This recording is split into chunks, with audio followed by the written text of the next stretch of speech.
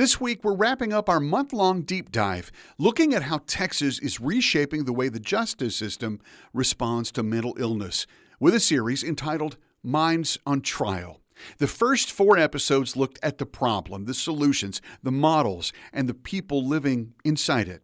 This week, in Episode 5, KACU's Josiah Wanell steps back and asks the question underneath all the others, not how we respond to mental illness, but how we see it, and whether the way we've always seen it is part of the problem. Dr. Andy Keller has spent his career at the Meadows Mental Health Policy Institute, doing something that sounds simple, but has proven extraordinarily difficult. Yeah. Well, so our mission, our goal is to basically help treatment for mental illnesses like these to be at least as good as treatment for cancer or heart disease. And so that's a journey. So like it used to be that when you had heart disease, we didn't treat you until you had a heart attack, till your heart stopped. Like that was when my grandpa got diagnosed with his heart disease, was when they woke him up after resuscitating him from being dead. He is not speaking abstractly. That was the standard of care. Wait for the crisis, then respond. And that's a lot how we do it right now with mental illness. Like we don't go out there till there's a crisis. Judge Steve Leifman, after 30 years on the bench in Miami-Dade County and a career spent at the center of this issue, expresses the same diagnosis as Dr. Keller with less tolerance.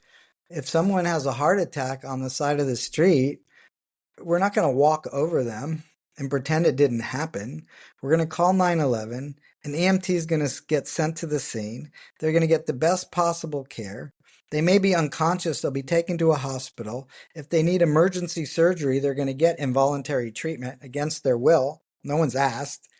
But God forbid you have a heart attack of the brain where you have a psychotic disorder. We're going to let you hang out on the street and watch your brain deficits increase by allowing your gray matter to get destroyed over a decade. A heart attack of the brain. For Dr. Keller, that is the clinical reality of a psychotic break. On average, it's 5 years later when we get care to people for these particular illnesses, 2 to 5, depending on what studies you look at. 5 years. In those 5 years, a person's illness advances. Their family exhausts itself. The criminal justice system accumulates the cost. So today in the United States, 70% of people who are in jail either have a serious mental illness, a substance use disorder, or both. Leifman has arrived at what he considers the logical conclusion of that statistic.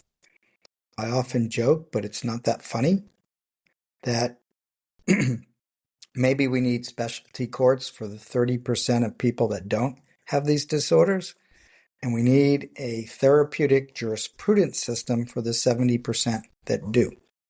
Because just having small mental health courts that handle very few people does very little to curb the problem. The brain is an organ. It gets sick. Judge Oscar Kazin of San Antonio has been making this argument at conference room tables in Bexar County for more than 20 years. Just getting people to understand that having a mental health issue doesn't make you less than anybody else. And if they had a heart condition and I reached over and took the medication away from them, they would fight me to the death to have their heart medication back.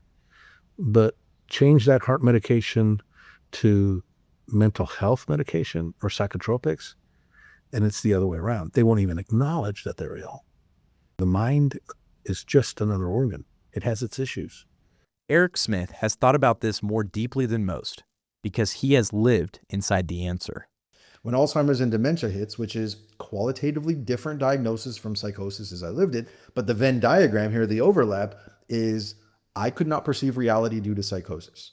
Alzheimer's and dementia also prevents people from perceiving reality. But as a society, what do we say to Alzheimer's and dementia? We say, yeah, let's bring in the family in. Let's make sure we don't leave the loved one alone in the kitchen. If it gets to the point where like they can't drive temporarily or long term, we'll need to do that. But everyone's brought in as a team approach, all working together for the benefit of the person suffering. But why? Because when I couldn't perceive reality, I was in my 20s. And so society up until AOT was essentially like, yeah, but he's a young man and he doesn't want treatment. Leave him alone. Leave him alone. That was the operating principle. Not because anyone sat down and chose it, but because the cultural assumption underlying decades of mental health policy was that a young person who did not recognize their own illness and refused care was exercising a right rather than suffering a symptom. Would you say that to an elderly person who could not perceive reality due to Alzheimer's and dementia?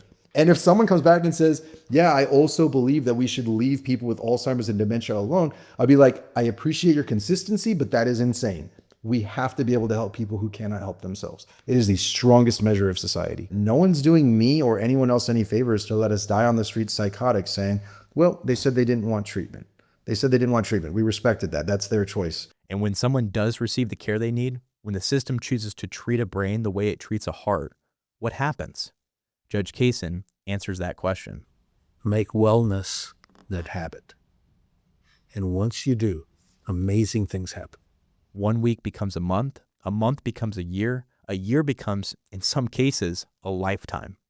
I couldn't have gotten to all of these fun, shinier, happier, pretty parts of my life without all of the chaos before it. And there is truly not a chance that I would have made it to where I'm at right now, happy, healthy, feeling a life of purpose and meaning without a huge team of people helping navigate through the chaos. Eric Smith carries that message forward on behalf of every person whose story closely parallels his and who has chosen silence over exposure because the stigma still makes exposure dangerous. Yeah, like I know there are a lot of Eric Smiths out there. Many of them are people I've met through the work that I do. It's just through necessity of what they do, either professionally or personal preference, that they don't want society knowing the ins and outs of everything they've been through and overcome. They're still very much living to themselves about it. I can't wait till we live in a time where people feel like they can share all of it as freely as we share diabetes, broken leg, high cholesterol, blood pressure issues. It's just some other medical issue that is worthy of a more elegant solution. The elegant solution exists. It has been demonstrated in Miami. It has been built in San Antonio. It has been legislated in Austin. The models are not theoretical. They are operational and documented. What remains is will, the public will to treat this as a health emergency. And if you have any kind of soul at all, use what you have to help people. The only question, the one Judge Kaysen has been asking from the bench since before most people knew what assisted outpatient treatment was, the one Professor Shannon has been answering through legislation for more than 30 years, the one Eric Smith is willing to ask out loud while others stay quiet, is whether the rest of the country will listen. There are a lot of Eric Smiths. They are in your city. They are in rural West Texas, where the distance to help is measured in hours. They are in your family. You may not know it yet. It is a human soul we're trying to save. How do we work together to get there? That is not a rhetorical question. After the data, after the legislation, after 25 years of outcomes in Miami, and 2 decades of conference room tables in San Antonio, it is the main question that remains. The distance between a person in crisis and the help they need is no longer a matter of what is possible. It is a matter of will. I'm Josiah Winnell in Abilene. Minds on Trial is a KACU original series created by Josiah Winnell. All 5 episodes are available on demand, kacu.org. This series was produced with assistance from the Public Media Journalists Association Editor Corps. That's funded by the Corporation for Public Broadcasting, a private corporation funded by the American people.